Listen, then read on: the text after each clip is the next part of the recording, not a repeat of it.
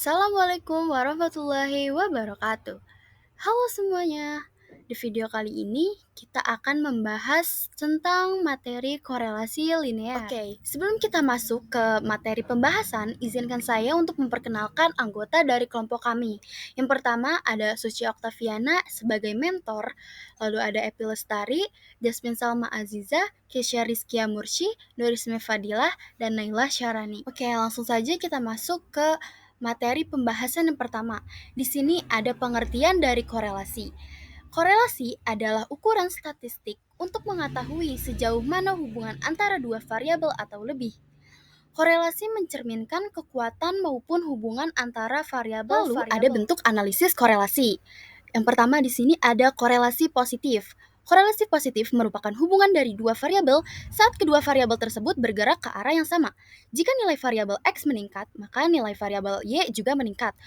Nah, contoh diagram pencarnya itu tuh ada di sampingnya ya. Ini ada nilai positif. Bisa kalian lihat, nilai X-nya meningkat, nilai Y-nya juga meningkat. Lalu yang kedua ada korelasi negatif. Korelasi negatif merupakan hubungan dari dua variabel saat peningkatan satu variabel yang berkaitan dengan penurunan variabel yang lain. Jadi, jika nilai variabel X meningkat, maka nilai variabel Y cenderung menurun. Di sini juga ada gambarnya, ada diagram pencar, nilai variabel X-nya meningkat, dan nilai variabel Y-nya itu menurun. Dan yang terakhir ada korelasi nol atau tidak berkorelasi. Korelasi nol ada ketika tidak adanya hubungan antara dua variabel. Jadi di sini di gambar diagram pencarnya itu tidak menunjukkan adanya hubungan antara dua variabel ya. Nah, di sini ada metode analisis korelasi. Tujuan daripada teknik analisis ini ialah untuk mendapatkan pola dan keratan atau kekuatan hubungan antara dua variabel atau lebih yang dinyatakan dengan koefisien korelasi.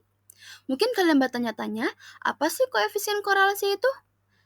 Jadi, koefisien korelasi atau bisa dilambangkan dengan huruf R kecil, yaitu nilai yang menunjukkan kuat atau tidaknya hubungan linear antar dua variabel. Bisa dilihat di bawahnya ini ada tabel tingkat hubungan koefisien korelasi, ada nilai R dan tingkat korelasi. Jika nilai R-nya 0, maka tingkat korelasinya tidak ada korelasi.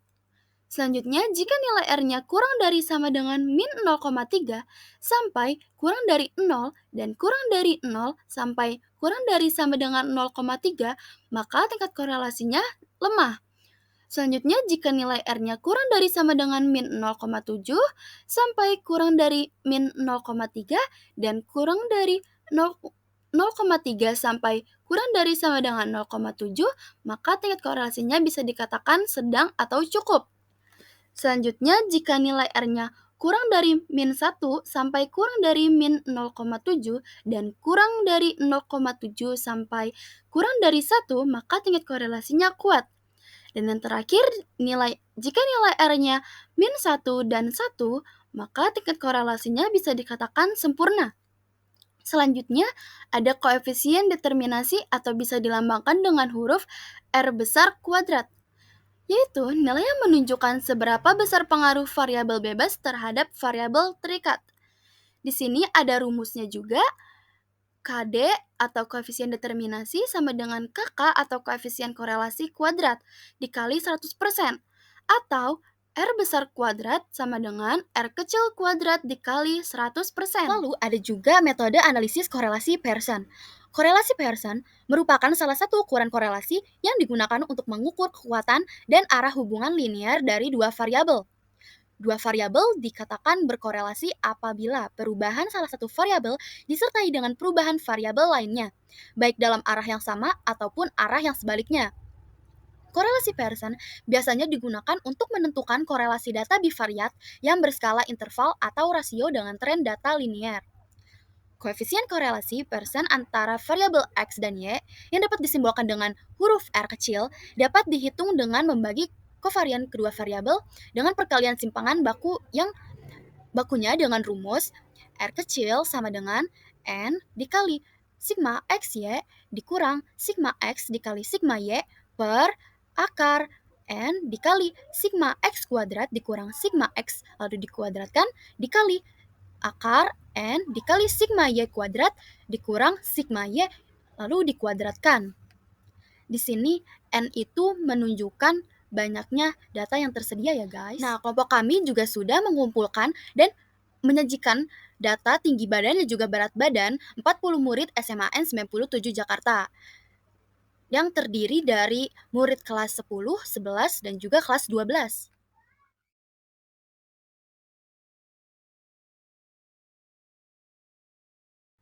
Di sini juga kelompok kami sudah menghitung jumlah dari masing-masing kolom ya. Misalnya di sini kolom tinggi badan atau kolom X itu jumlahnya atau sigmanya itu sebanyak 6.407. Untuk kolom Y berat badan itu sigmanya 2.173. Kolom XY jumlahnya 350.653. Kolom X kuadrat jumlahnya atau sigmanya sebanyak 1.027.991. Dan untuk Y kuadrat sigmanya 123.961. Lalu di sini juga ada contoh soalnya ya. Soal yang pertama, bagaimana tingkat korelasi tinggi badan dan berat badan? Yang kedua, jelaskan besar pengaruh tinggi badan dan berat badan. Oke guys, langsung saja kita membahas soal yang tadi ya. Untuk soal yang pertama, kita bisa menjawab menggunakan rumus korelasi Pearson. Rumusnya ini R kecil sama dengan N dikali sigma XY dikurang sigma X dikali sigma Y per akar N dikali sigma X kuadrat dikurang sigma X yang dikuadratkan dikali akar N dikali sigma Y kuadrat dikurang sigma Y yang dikuadratkan. Lalu kita langsung masukkan saja. N-nya kan banyak datanya. Nah, data kita kan tadi kan sebanyak 40. Nah, langsung saja kita masukkan N-nya 40. Untuk yang sigma XY tadi kita sudah hitung juga. Hasilnya 350.653 dikurang sigma X-nya tadi kita hitung juga hasilnya 6.407 dikali sigma Y berjumlah 2.173. Lalu per akar 40-nya dimasukkan lagi dikali sigma X kuadrat tadi hasilnya 1.027.991 dikurang sigma X-nya 6.407. Jangan lupa ada kuadratnya ya. Lalu dikali akar 40 yang N-nya tadi dikali sigma Y kuadrat. Sigma Y kuadratnya tadi jumlahnya 123.961 dikurang sigma Y. Sigma Y-nya 2.173. Jangan lupa ada ditaruh kuadratnya ya guys. Selanjutnya kita bisa hitung dulu nih. Yang 40 dikali 350.653. Hasilnya 14.026.120 dikurang 13.922.411. Di mana itu hasil dari perkalian yang 6.407 dikali 2.173. Lalu habis itu per akar 41.119.640 dikurang 41.049.649. Lalu dikalikan akar 4.958.440 dikurang 4.721.929. Step selanjutnya kita bisa mengurangi yang 14.226.120 dikurang 13.922.411 yang dimana hasilnya 103.709 per akar 69.991 dikali akar 236.511. Step selanjutnya 103.709-nya diturunin, lalu akar 69.991 itu hasilnya 264,558.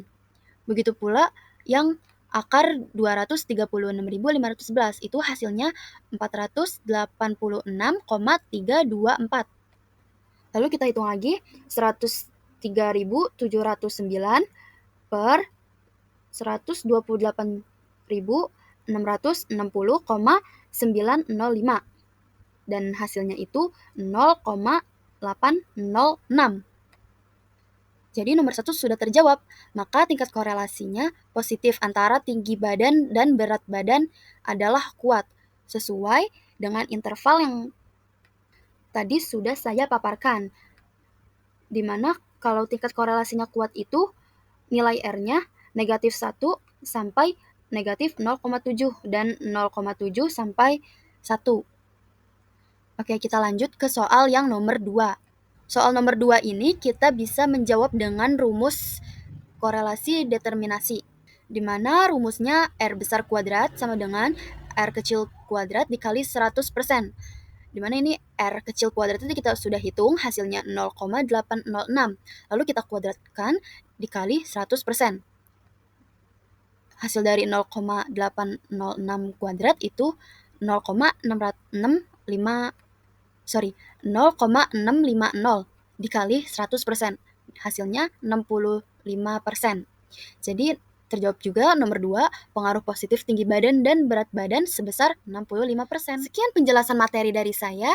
Diharapkan dapat bermanfaat untuk kalian yang sudah menonton. Kurang lebihnya mohon maaf. Wassalamualaikum warahmatullahi wabarakatuh.